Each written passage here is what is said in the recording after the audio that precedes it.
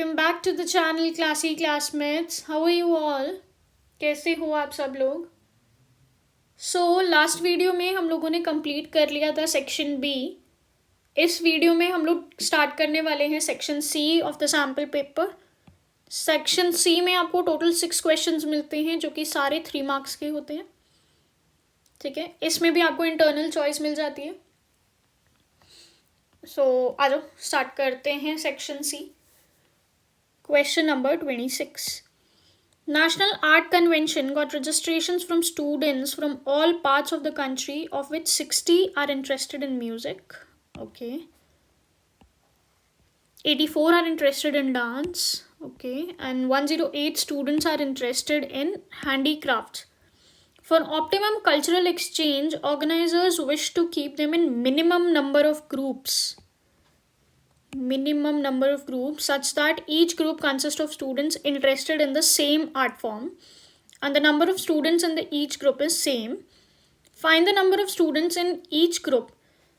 First question, find the number of students in each group. Then find the number of group in each art form. Okay. Second question, find number of groups.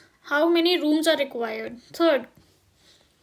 हमें basically 3 questions के इसमें answer करने हैं. सबसे पहले उन्होंने पूछा है minimum number of groups.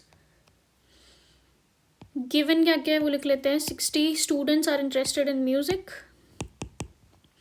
84 in dance, 108 in handicrafts. Okay, और इन्होंने हमें बोला है to calculate minimum number of groups. अब देखो यहाँ हमें कोई नंबर ऑफ ग्रुप्स के बारे में कोई भी इंफॉर्मेशन है नहीं है. हमें क्या पता है, नंबर ऑफ स्टूडेंट्स पता है. तो हम लोग डायरेक्ट इस पे तो काम कर ही नहीं सकते. मुझे तो नंबर ऑफ स्टूडेंट्स पता है, तो मैं किसी तरीके से इस क्वेश्चन को नंबर ऑफ स्टूडेंट्स की फॉर्म में कैसे कन्वर्ट करूँ. अब मिनिमम नंबर ऑफ ग्रुप तो तब बनेंगे ना जब एक ग्रुप में सबसे ज़्यादा मैक्सिमम बच्चे होंगे, है ना. अगर मैं एक ग्रुप बना रही हूँ ऐसे दो स्टूडेंट्स का, तो कम बच्चे बन रहे हैं. सपोज ऐसे अगर 10 स्टूडेंट्स होते हैं और मैं 2 का ग्रुप बनाऊँ तो ये तो कम है. अब मुझे करना है मैक्सिमम, तो मैं 4 बच्चों का ग्रुप बना लूँ तो उसमें कम ग्रुप बनेंगे मेरे, है ना. मतलब नंबर ऑफ स्टूडेंट्स अगर मैं एक ग्रुप में इंक्रीज कर दूँ तो नंबर ऑफ ग्रुप्स कम हो जाएंगे. तो बेसिकली हमें करना क्या है, हमें निकालना है maximum number of students in one group. उससे हमारे नंबर ऑफ मिनिमम ग्रुप्स अपने आप निकल जाएंगे. ठीक है. अब सबसे पहला क्या क्वेश्चन है, आ जाओ. Find the number of students in each group. Very good, उन्होंने खुद ही बोल दिया हर ग्रुप में कितने बच्चे हैं ये निकालो. और उसके लिए मुझे क्या करना है, हर ग्रुप में मैक्सिमाइज करने हैं बच्चे, है ना. मैक्सिमाइज करने हैं तो क्या निकालेंगे, मैक्सिमम वर्ड यूज हुआ है तो हम HCF निकालेंगे. आ जाओ जी. सोल्यूशन फर्स्ट पार्ट का, number of students in each group will be calculated by HCF of 60, 84 and 108.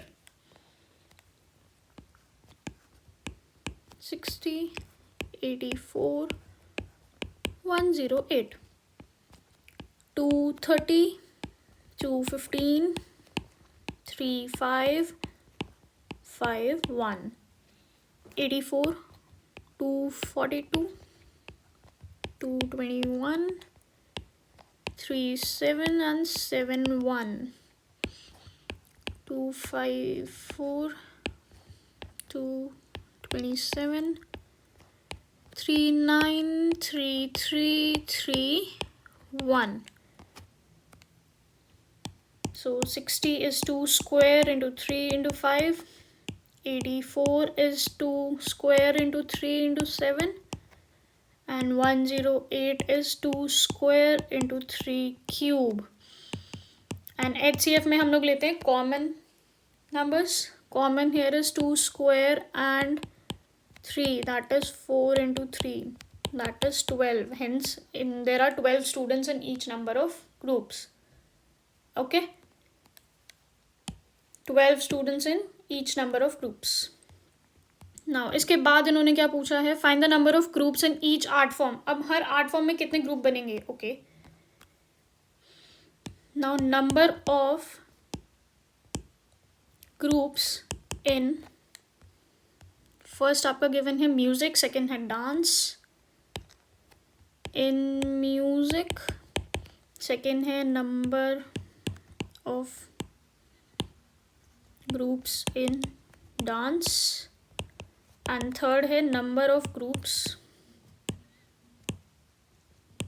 In handicraft. अब एक ग्रुप में अगर मैं 12 बच्चे डाल रही हूँ और टोटल 60 बच्चे हैं, दूसरे में 84 हैं, तीसरे में 108 हैं, तो कितने ग्रुप बनेंगे. Total number of students divided by number of students in each group. 60 divided by 12, 84 divided by 12 and 108 divided by 12. I hope आपको यहाँ तक समझ आया होगा. And now 60 divided by 12 is 5, 84 divided by 12 is 7 and 108 divided by 12 is 9. So ये आ गए आपके number of groups. Okay.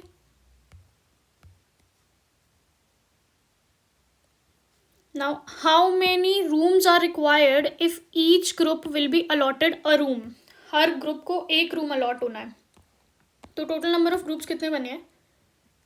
7, 5, 12 and 9, 21. Total number of groups formed is 21. So the number of rooms required will also be 21. Therefore, the number of rooms required is equals to 21. Okay. So हमसे उन्होंने 3 चीज़ पूछी थी, हमने तीनों चीज़ें निकाल दी हैं. पहला उन्होंने पूछा कितने स्टूडेंट्स, देन कितने ग्रुप और टोटल कितने रूम्स. ठीक है, ये था आपका टोटल 3 मार्क्स का क्वेश्चन. चलिए अब नेक्स्ट क्वेश्चन पे आ जाओ. If alpha and beta are zeros of quadratic polynomial 5x square plus 5x plus 1, find the value of alpha square plus beta square and 1 by alpha plus 1 by beta. Okay, so this one's easy. आप लोगों ने alpha beta में relationship पढ़ी थी क्या. Alpha plus beta is equals to minus b by a and alpha into beta is equals to c by a, है ना. अब देखो ये दोनों यूज करके ना हम कैसे इन दोनों फॉर्म्स निकालेंगे. Alpha square plus beta square मैंने कहाँ मिलता है मुझे, मतलब किसी आइडेंटिटी में देखा देखा सा लग रहा है. इसकी खुद की तो आइडेंटिटी नहीं होती, बट क्या मैं इसको किसी और आइडेंटिटी में से निकाल सकती हूँ. बिल्कुल निकाल सकती हूँ. Alpha plus beta whole square की आइडेंटिटी क्या होती है. Alpha square plus beta square plus 2 alpha beta. इधर से अगर मैं 2 अल्फा बीटा को लेफ्ट हैंड साइड पे ले आऊँ तो क्या बन जाएगा. Alpha square plus beta square, हमें यही तो निकालना है ना. Alpha square plus beta square निकालना, वो यहाँ मिल गया. और मुझे अल्फा प्लस बीटा की वैल्यू भी यहाँ से पता चल जाएगी, अल्फा बीटा की वैल्यू भी यहाँ से पता चल जाएगी. तो आ जाओ करते हैं. यहाँ से अल्फा प्लस बीटा की वैल्यू क्या है भाई, minus B, that is 5 minus 5 upon 5 which comes out to be -1. Alpha into beta की वैल्यू क्या है भाई, 1/5. कर दो यहाँ पे पुट. अल्फा प्लस बीटा था आपका -1, सो -1 square -2 into alpha into beta is 1/5. This is your alpha square plus beta square. -1 का square would become 1 and this would become -2/5. LCM low, solve करो, comes out to be 5/2 minus 5. So 5/5 minus 2 comes out to be 3/5. Gives us alpha square plus beta square की value. This is our first part.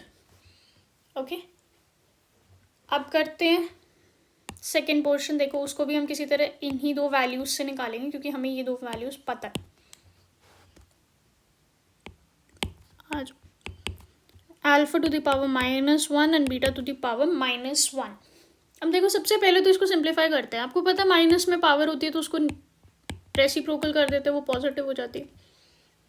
तो ये बन गया 1/α और ये बन गया 1/β। और सिंप्लीफाई कर लेते हैं, एलसीएम ले लेते हैं। नीचे आ जाएगा अल्फा बीटा, ऊपर आ जाएगा बीटा प्लस अल्फा। देखो फिर से आपको ये दोनों वैल्यूज पता है, अल्फा प्लस बीटा भी पता है, अल्फा इंटू बीटा भी पता है, डाल दो। Alpha plus beta is -1 and alpha upon beta is 1/1/5। Denominator to the denominator goes into the numerator. ये बन जाएगा -1 इंटू 5/1